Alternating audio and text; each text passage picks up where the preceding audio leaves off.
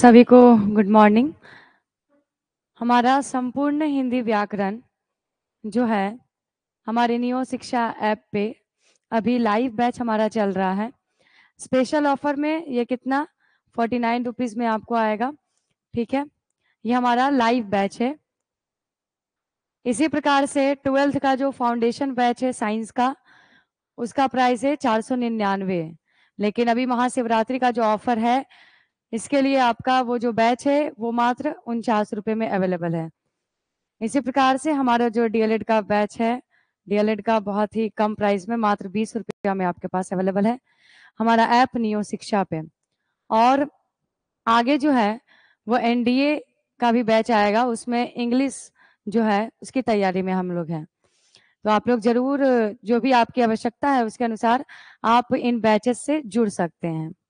ठीक है, फिलहाल हमारा जो संपूर्ण हिंदी व्याकरण का ये जो क्लास है, ये लाइव क्लास है हमारे नियो शिक्षा ऐप पे। ठीक है, मात्र कितने में? तो मात्र हमारा 49 रुपया में। चलिए हम लोग स्टार्ट करेंगे।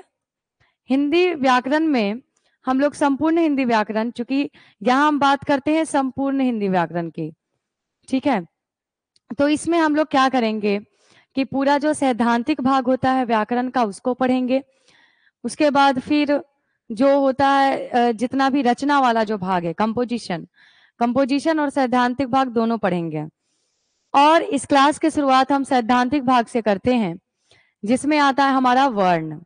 ठीक है, वर्ण पढ़ना है हम लोगों को, कारक पढ़ना है, समास पढ़ना है, संधि पढ़ना है, ये सारी चीजें।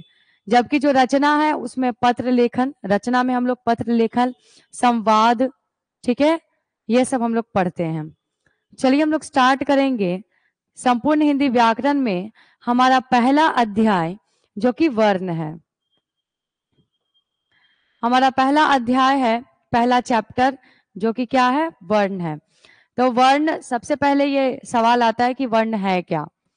तो वर्ण हम लोग उस मूल ध्वनि को कहते हैं जिसके फिर से खंड या टुकड़े नहीं किए जा सकते। यहाँ देखिए लिखा हुआ है शब्द फिर से। इस फिर से का मतलब क्या हो गया? जैसे कि मेरे सामने एग्जाम्पल है का, आ, टा, चा, ठीक है। तो जैसे हम लिखते हैं का, तो का को हम लिख सकते हैं का हलंत प्लस आ। का को लिखा जा सकता है क्या? का हलंत प्लस आ। तो यहाँ पर का को हमने क्या किया? एक बार तोड़ा। कितनी बार? एक बार। अब हम इसको दोबारा खंडित करके नहीं लिख सकते। अब हम इस का हलंत को फिर से खंडित नहीं कर सकते। तो वर्ण वह है जिसको हम फिर से खंडित नहीं कर सकते, फिर से उसके टुकड़े नहीं किए जा सकते। वर्ण को ही हम लोग अक्षर के नाम से भी जानते हैं, इसी को हम लोग ध्वनि के नाम से भी जानते हैं। जब हमारे मुंह से वर्ण, जब हमारे मुंह से, वाग इंद्रिय का मतलब होता है मुख। क्या होता है? मुख, जहां से हमारा आवाज निकलता है। वर्ण जब हमारे मुख से निकलता है तो वो ध्वनि कहलाता है। क्या कहलाता है? ध्वनि। इंग्लिश में हम इसी को साउंड बोलते हैं। क्या बोलेंगे? साउंड। इंग्लिश में हम इसको साउंड बोलते हैं। जब मुंह से हमारे, जब हम बोल रहे हैं, जब हम वर्ण को बोलते हैं, जैसे का, खा, गा, घा, ऐसा जब हम बोलते हैं तो हमारे मुंह से ध्वनियां निकल रही है, हम लोग इसको साउंड बोलते हैं। जब हम इसी चीज को पेपर पे लिख देते हैं, कागज पे लिख देते हैं, तो ये हमारा अक्षर कहलाता है। और व्याकरण के भाषा में इसी अक्षर को हम क्या बोलते हैं? वर्ण बोलते हैं। भाषा की सबसे छोटी इकाई, ये भी आपसे पूछा जाता है एग्जाम में। भाषा की सबसे छोटी इकाई क्या है? वर्ण है। ठीक है, वर्णों को मिला करके हम क्या बनाते हैं? शब्द बनाते हैं। फिर जब जैसे जैसे हम शब्दों को मिलाते हैं तो क्या बनता है? वाक्य बनता है। जैसे कि हम लोग है ना, अलग अलग वर्ण, जैसे का लेते हैं, माँ लेते हैं और ला लेते हैं, तो क्या बन जाता है? कमल, जो कि एक शब्द है। यहाँ देखिए 3 वर्ण को लिया गया और एक शब्द बनाया गया।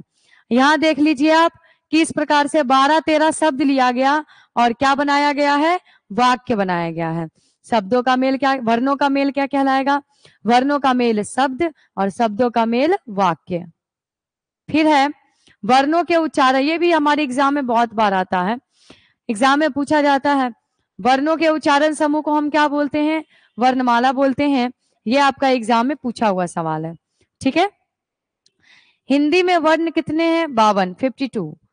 हिंदी में कुल वर्णों की संख्या 52 है, लेकिन एग्जाम के पॉइंट ऑफ व्यू से बिहार बोर्ड जो है हमारा, जब हमसे परीक्षा में पूछा जाता है तो हम 46 लगाते हैं। कितना? 46, 46। 52 तो आपको ऑप्शन में भी दिखाई नहीं देगा दूर दूर तक। तो एग्जाम में हम लोगों को लगाना है मुख्य रूप से कितने वर्ण है, तो 46। कुल कितने हैं? तो 52। कुल है 52 और मुख्य कितने? 46, 46। आगे बढ़ते हैं।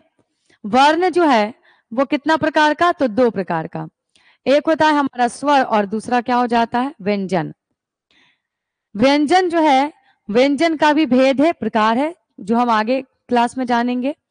फिलहाल हम लोग वर्ण में स्वर पढ़ने वाले हैं। आज के क्लास में हम लोग स्वर पढ़ेंगे। तो स्वर जो होता है, स्वर वर्ण, इसका भी 2 भेद है। एक है हमारा मूल स्वर और एक क्या है? हमारा संधि स्वर। मूल स्वर का कोई भेद या कोई प्रकार नहीं है। मूल स्वर का कोई भेद या प्रकार नहीं है। जबकि जो हमारा संधि स्वर है ये 2 प्रकार का होता है। एक होता है दीर्घ और एक हो जाता है संयुक्त। आज के क्लास में हम लोग यही पढ़ेंगे कि मूल स्वर क्या है, संधि स्वर क्या है, दीर्घ स्वर क्या है और संयुक्त स्वर क्या है। इसको आज के क्लास में हम लोग डिटेल से पढ़ेंगे। आजकल हमारे एग्जाम्स में भी बहुत अच्छे से मतलब कि क्वेश्चन जो है उसका लेवल धीरे धीरे बढ़ रहा है। 9 हो या 10 हो, 11 हो या 12 हो, या कोई कॉम्पिटिटिव एग्जाम ही हो, सब जगह जो है वो सवाल जो है वो अच्छा लेवल का आ रहा है आजकल, है ना। तो इसके लिए हम लोगों को ये जरूरी है कि हम लोग सारे चैप्टर्स को थोड़ा डीपली, थोड़ा गहराई से पढ़ें। ठीक है। तो चलिए हम लोग स्टार्ट करते हैं। स्वर वर्ण और व्यंजन वर्ण। तो स्वर वर्ण जो है क्या होता है? तो जिस वर्ण के उच्चारण में किसी दूसरे वर्ण की मदद नहीं ली जाती, जिस वर्णों का उच्चारण बिना किसी अन्य ध्वनि की सहायता से होता है। मतलब कि स्वर के उच्चारण में हम किसी भी वर्ण का हेल्प, किसी का भी मदद नहीं लेने वाले, उसको हम क्या बोलेंगे? स्वर वर्ण। स्वर वर्ण जो है वो कितना होता है? 11 होता है। ये भी एग्जाम में पूछा हुआ सवाल है, पूछा जाता है आपसे, ध्यान में रखिएगा। स्वर वर्णों की संख्या कितनी है? 11। यहां देखिए, आ से लेकर के कहां तक? औ तक। ठीक है। आ से लेकर के औ तक हमारे आ जाते हैं स्वर वर्ण, जिनकी संख्या कितनी है? 11। इसमें अगर देखा जाए तो ये जो हमारा आ है इसका कोई मात्रा नहीं होता, इस आ की कोई मात्रा नहीं है। जबकि ये जो आ है इसकी मात्रा है हर्स्वई, ये दीर्घई, हर्स्व, दीर्घौ, री, ए, ऐ, ओ और औ। इस प्रकार से हम देख सकते हैं कि स्वर हमारे पास 11 है, लेकिन अगर मात्रा की बात की जाए तो इस आ का कोई भी मात्रा नहीं है। और इस प्रकार से मात्राएं कितनी हो जाती है? 10 हो जाती है। ठीक है। ये भी आप ध्यान में रखिएगा। फिर है कि उत्पत्ति के आधार पर स्वर के भेद। तो उत्पत्ति के आधार पर स्वर के 2 भेद होते हैं। एक हो जाता है हमारा मूल स्वर और एक हो जाता है क्या? संधि स्वर। हम बात करते हैं सबसे पहले मूल स्वर की, जिसकी उत्पत्ति बिना किसी दूसरे स्वर के होती है। मूल स्वर वैसे स्वर होते हैं जिसकी उत्पत्ति में किसी दूसरे स्वर की मदद नहीं ली गई हो, यही मूल स्वर है। मूल स्वर जो होता है इसके उच्चारण में, मूल स्वर के उच्चारण में 1 मात्रा का समय लगता है। कितना मात्रा? 1 मात्रा का समय लगता है।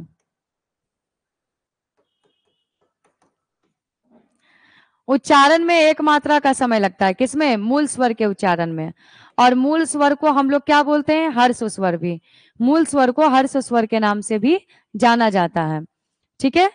और इसके उच्चारण में 1 मात्रा का समय लगता है, इसलिए मूल स्वर को एक मात्रिक भी कहते हैं। क्या बोलते हैं?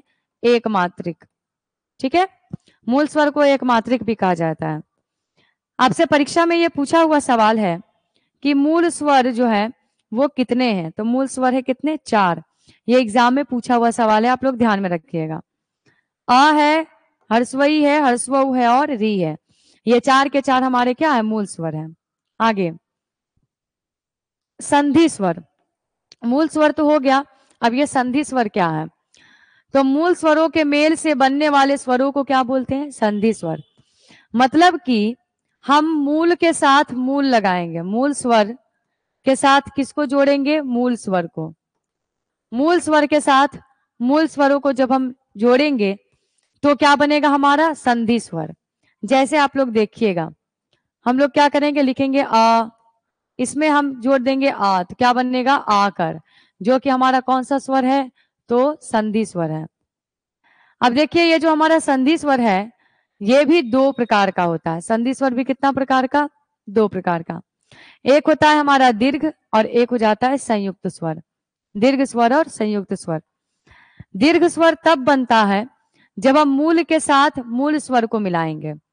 किसको किसके साथ, मूल स्वर में उसी मूल स्वर को मिलाएंगे तो हमारा क्या बनेगा, दीर्घ स्वर बनेगा। जैसे देखिए एग्जाम्पल में, आ के साथ हम आ को ही मिलाए हैं, हर्षवई के साथ हर्षवई को ही मिलाया गया है, और हर्षवऊ के साथ हर्षवऊ को ही मिलाया गया है। तो अगर एक मूल स्वर में उसी मूल स्वर को मिलाएंगे तो हमारा क्या बनेगा, दीर्घ स्वर। क्या बनेगा, दीर्घ स्वर। ध्यान देने वाली बात है यहाँ पे कि ये जो हमारा संधि स्वर है, संधि स्वर बताया गया आपको दो प्रकार का। एक बताया गया है आपको दीर्घ स्वर और एक बताया गया है संयुक्त स्वर। ठीक है, बहुत आसान है, समझने में कोई दिक्कत नहीं है। संधि स्वर दो प्रकार का, दीर्घ और संयुक्त। दीर्घ में हम लोग मूल के साथ मूल स्वर के साथ, ठीक है, उसी मूल स्वर को जोड़ेंगे। ठीक है, लेकिन ये जो संयुक्त स्वर है इसमें क्या होगा कि मूल स्वर के साथ अन्य मूल स्वर को जोड़ा जाएगा। अंतर ये है। ठीक है, दोनों में बस अंतर यही है, दीर्घ में मूल के साथ उसी मूल को जोड़ेंगे और संयुक्त में मूल के साथ अन्य मूल स्वर को हम जोड़ेंगे। उदाहरण के तौर पे आप थोड़ा देख लीजिएगा।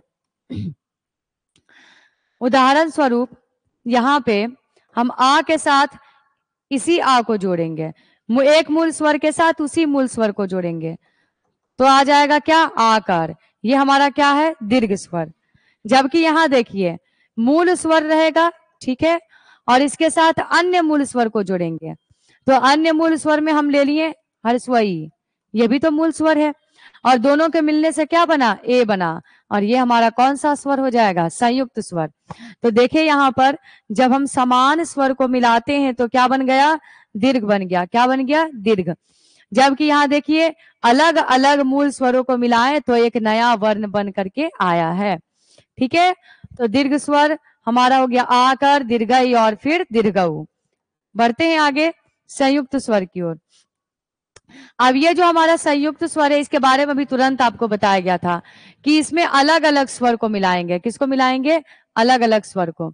अलग अलग स्वर को मिलाएंगे तो कहलाएगा वो हमारा संयुक्त स्वर। जैसे देखिए आ के साथ ई मिलाएं तो क्या बना, एकर। आ के साथ देखिए ए मिलाएं क्या बना, ऐकर।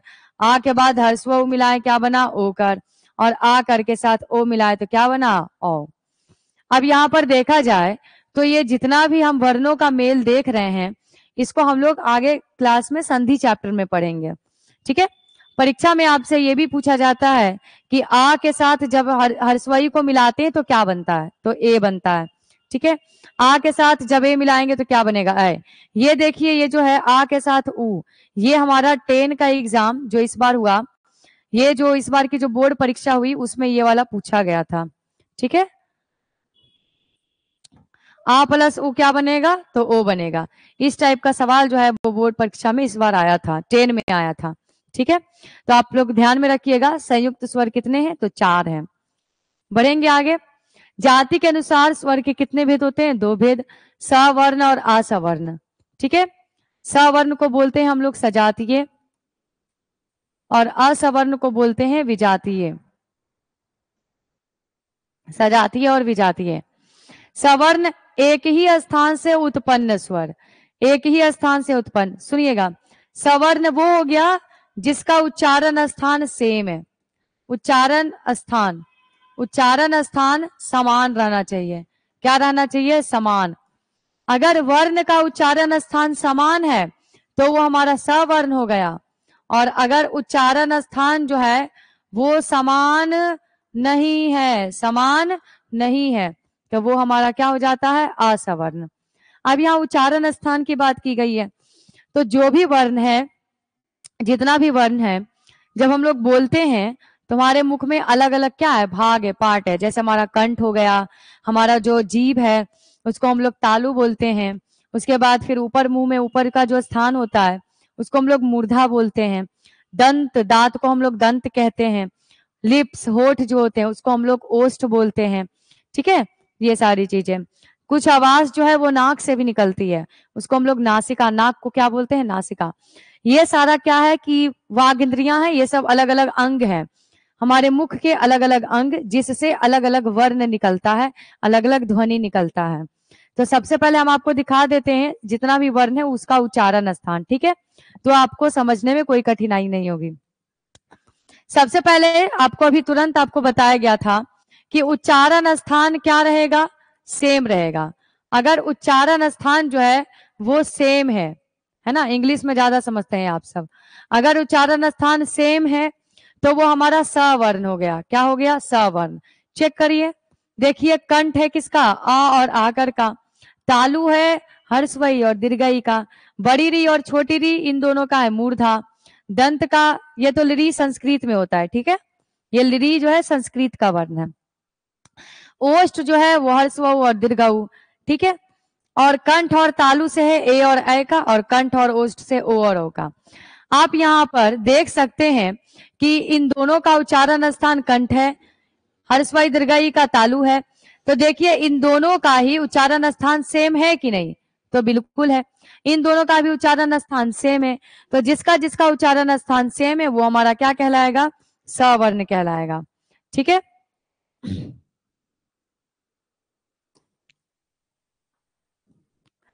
तो यहाँ पर हमारा जो आ आकार है, हर्षवई दीर्घई है, हर्षव दीर्घऊ है, ये हमारा क्या है, सवर्ण है। जबकि देखिए ये जो आ है और ये जो हर्षवई है इसका उच्चारण स्थान क्या है, अलग अलग है। आ का हमारा हो जाता है कंठ, हर्षवई का हो जाता है हमारा क्या, तालु। दोनों का ही उच्चारण स्थान क्या है, अलग अलग है। तो ये हमारा क्या कहलाएगा, असवर्ण। बढ़ते हैं हम आगे। उच्चारण के मात्रा या कालमान के अनुसार स्वर के दो भेद। तो सुनिएगा, कालमान का मतलब होता है समय। अब जब हम किसी भी वर्ण को बोलते हैं तो उस वर्ण को बोलने में समय लगता है, टाइम लगता है। तो किसमें कितना समय लग रहा है, टाइम लग रहा है, उसके अनुसार भी वर्ण को बांटा गया है। जैसे जिस वर्ण को उच्चारित करने में, बोलने में कम समय लगता है, ठीक है, उसको हम लोग हर्ष बोलते हैं। जिसमें ज्यादा समय लगता है उसको हम लोग क्या बोलते हैं, दीर्घ बोलते हैं। यहाँ देखिए लघु स्वर है और क्या है, लघु स्वर और फिर गुरु स्वर। तो लघु स्वर को ही हम लोग हर्ष बोलते हैं, इसी को हम लोग मूल भी बोलते हैं।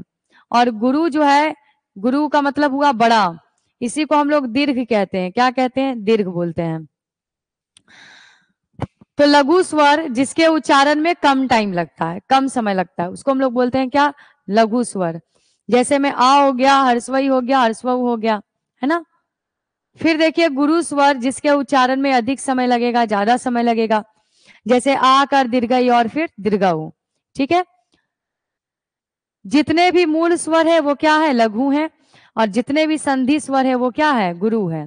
ठीक है, कहने का मतलब ये हो गया, मूल स्वर मेरे पास था आ, हर्षवई, हर्षवऊ और फिर री, यही हमारे पास था क्या, मूल स्वर था। मूल स्वर यही चार थे, मूल स्वर हमारे पास यही चार था। और यही जो चार मूल स्वर है इसी को हम लोग बोलते हैं क्या, लघु, लघु स्वर। और इसके अलावा जो भी बच गया, इन चारों के अलावा जो भी बच जाता है वो हमारा गुरु स्वर हो गया। ठीक है, चार याद रखेंगे, बाकी का जो भी बच गया वो क्या हो गया, हमारा दीर्घ स्वर। ठीक है, या गुरु स्वर। जिह्वा के आधार पर स्वर के कितने भेद, तीन, है ना, उच्चारण स्थान के अनुसार। जैसे हर्षवई दीर्घई ए ऐ, इन सभी को अग्र स्वर कहते हैं। फिर मध्य, मध्य हमारे मुंह में मध्य से जो आवाज निकल रहा है, तो मध्य स्वर हो गया हमारा आ। पश्च स्वर आकर हर्षव दीर्घऊ ओ औ, है ना। ये भी आप थोड़ा ध्यान में रखिएगा, आपके लिए ये इंपॉर्टेंट है। फिर है हमारा व्यंजन वर्ण।